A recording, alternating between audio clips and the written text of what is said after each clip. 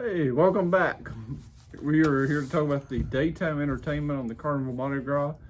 I'm going to do the introduction because after this point I really don't have a whole lot to say about it because we did participate a whole lot. So Brendan will take pretty much the lead in most of the video because that's about all I've got to say about it. So. And most of this stuff will transfer over to the celebration as well.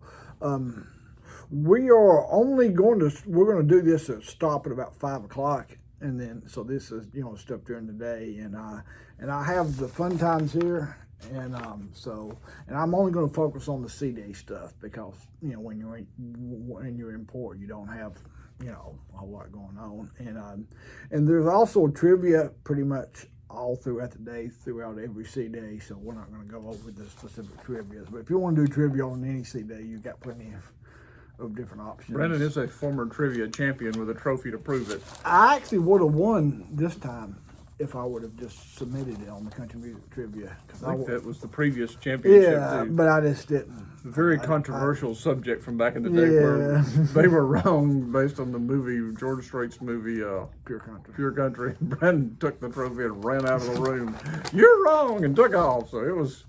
They were wrong. They were Everybody wrong. knows the name of the movie is Pure Country. It's not the name of the song, but I guess that's a story for another time. He still has the trophy to this day. But yeah, the day you board the ship, I mean, you pretty much, you don't have too much going on. One great thing that you can go ahead and do that now is the muster drill. So I think a lot of people go ahead and get that knocked off the first hour. So that's something that, sort of goes along with this. We did that rather quickly. Yeah, I mean, I think I did mine. I saw somebody there as soon as I walked on. So one of the better changes they've ever made because we all knew if the ship was sinking, there's no way it would be that calm. And, all that line-up stuff just never made sense. Because if the ship's sinking, people aren't going to be that organized and create, it's going to be chaos. But apparently, the Disney Cruise Line does not agree because they are going back to the old school method of the master drill. And then, but the big thing on that first day that Carnival does probably 10 times better than any other cruise line is the sail away party.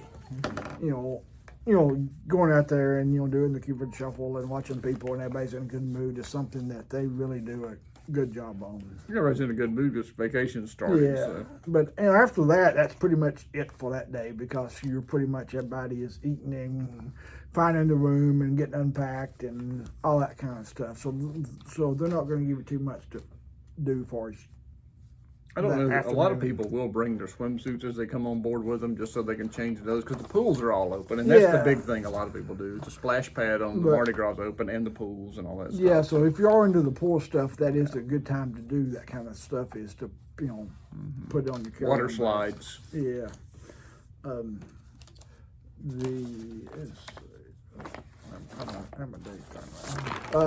The first Seaday is, they do have a morning show that they do early in the morning. So that's something, for the people that get up early, you can do that. The big thing, probably the biggest thing of the day that is unique to the Mardi Gras and celebration ships is that at 1 o'clock they had the initial auditions for the Family Feud game. So they have a way to pick the winners and that kind of stuff. So that was one of the highlights there. I think they wind up picking, is it 4 or 6 families? Because there's 2 or 3 games and 2 families. 6 different, well, I mean, yeah, there's 6 families. They have they have a kids version, a normal one, and then a adult rated, which was not that dirty. No. I mean, it's definitely not the Quest. Yeah. Okay, now it's time for my biggest rant, and that is they do no longer do, and this is one of the stupidest decisions Carnival has done in a couple of decades. They have done away with the hairy chest contest, the belly flop contest, and all of those kind of things. Mr. Sexy Legs and all that. Yeah, and there's several different names, and the official reason was they were more family friendly, so I guess they thought it was too sexual. But I've not talked to a single person that agreed with that decision. Because after about seeing 20 of them, we were sort of burnt out on them, or 30, I guess now. It wasn't that big a deal to us, but a lot of people, if it was your first cruise, it's a big deal. It's always it's always fun. And when you see the 300-pound guy get up there and do a belly flop, it's kind of hard not to laugh. Yeah, and there's certain things you can understand, but the belly flop, I'm not real sure what that hurt. Yeah, and they do some stuff now. They call it fun in the sun games. I never saw that, but it's not going to be as good as the old times. And now, hopefully, that's something that they will bring back. I kind of doubt it. But they have a scavenger hunt. It'll be some sort of toned down version of it. Yeah, there's probably a way to meet in the middle somewhere in there.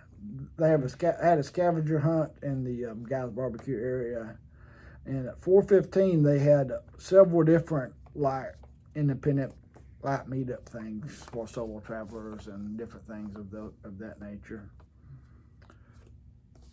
All right, the next Seaday was Seaday. That was Seaday 1. Seaday 2. Seaday 2, they had your morning show again. They have it every morning, don't they? Yeah, I think every city. And like I said, there's a bunch of stuff here. They have there's a guest the lyrics things at 11. It was at 11 o'clock. Trivia, bingo, country line dance in the Havana bar. There's another line dance an hour later on the Lido deck. So that's where you probably get the cruise director involved for that. Another neat thing they do, they've moved this up. It used to be the last Seaday, but on this one here, it was the second. That is the military gathering. And that's something that, I think I've skipped that the last 3 times, to be honest with you. And I feel kind of... I didn't know they had it this far. Yeah, and I have went to it before, but that's something that everybody kind of raves about, and I probably do need to. I think Matt Mitchum actually started that. He did, and they spread to the whole fleet, which is a great thing. And I think I want to say some other cruise lines may have started doing it now. Is it at the big theater? Typically it is. Yeah. Yeah, because too many people usually. At 3:15, they had what they're calling a backyard bash, and this was kind of a country music version of a deck party in the daytime at the barbecue place. I did not go to this because being a big country music fan, I thought it was, let's just say I was not a fan. Too much Florida Georgia line. Yeah, I thought it was a little people pretending. Kind of hokey. Yeah, it was hokey of what somebody from New Stereotypical. York thinks a country music party should look like. And after that, they had a guest of song lyrics thing. And the final Seaday, they got... Both of our cruises were 3 Seadays. They're not all 3 Seadays on a 7-day cruise either. Yeah. And let's see what else we got of note here. We got a t-shirt. They always have the cheap t-shirt sale. It's like piranhas on a fresh kill. Typically, it's a mob scene. It's almost not worth it. You get killed over a $10 t-shirt. So. Yeah, and I think we looked, and my mom looked and said even she didn't find nothing she liked. So typically those aren't going to say Mardi Gras on it. It's going to say the ports. Generic, yeah. A lot of times it's the ports. They had a question and answer with Lee. They had some more Eurotime meetups, which I think is pretty much useless the last day. A wake-up show. They had a thriller dance class. The ice carving, which is always a big hit. Majority Rules in the Limelight Lounge. That's kind of a game show type of thing. Groove for St. Jude, which... That's a huge hit for them. Yeah, and they have raised the price $2. Okay. Well, it's a charitable donation. So. Yeah, and they actually had... and you get a t-shirt and several... Yeah, several different options. And you don't have to walk either. You can just get the shirt and donate the money too. And there's another guest of song thing, and they actually had a PG comedy at 4 o'clock. So that pretty much gives you an idea. But I think in general, there wasn't quite as much stuff to do during the day as there used to be. Well, what we have found out is that the ships have gotten bigger, and the ships are the attractions. They don't do as many events like that because you're supposed to be on there doing the bolt. You're supposed to be on there doing the rock climbing while doing the ropes course. You're supposed to be using the pool, the stuff on the ship it comes with more than that stuff. So that's what you see now, and that's on all the cruise lines. And I think me and you are both probably guilty of wanting to have something going on every 30 minutes of the day. Not this last cruise, no sir. Instead of just I didn't participate in anything you just mentioned. Yeah, so. I mean, as far as in the old, instead of where there's a lot of people that just enjoy sitting out in the sun. Well, our daytime activities was utilizing the kids club. I mean, that was in the splash pad, which, if you got a family, that's what a lot of people do. You drop them off. And this ship has the Seuss room, which you come with your kids, and you just If you need to kill an hour, you get in there, play with the toys, do this, that. And it was wasn't actually very well used on our cruise. So, but where you check your kids and let them babysit was very popular. Yeah, that's what we did. The only gripe I have is we had the Seaday we had in the middle of the cruise. There was nothing going on. I mean, like, we went back to the room and slept. You know, it was just nothing going on and hung out. There was just nothing to do. So it was just that one day. I don't know why, but Yeah, and I think a lot of that, I think they may have not did as much stuff, because one thing I noticed, I didn't notice a lot of stuff on the sports court as much as they used to. very little. So it was more like informal stuff, whereas, you know, I think they could do a better job of doing dodgeball contests and volleyballs. I think they played pickleball on our cruise or something, didn't they? Something like that. So overall, if I had to rate it, I would say probably a 7 out of 10. I think it was a little bit lacking, but I think now that COVID's kind of over with, I think they may. Yeah. I'd be kind of curious to see if they ramped it up a little bit. I'd probably say a 3 or a 4, but I'm not a real good judge just because we didn't participate in a lot.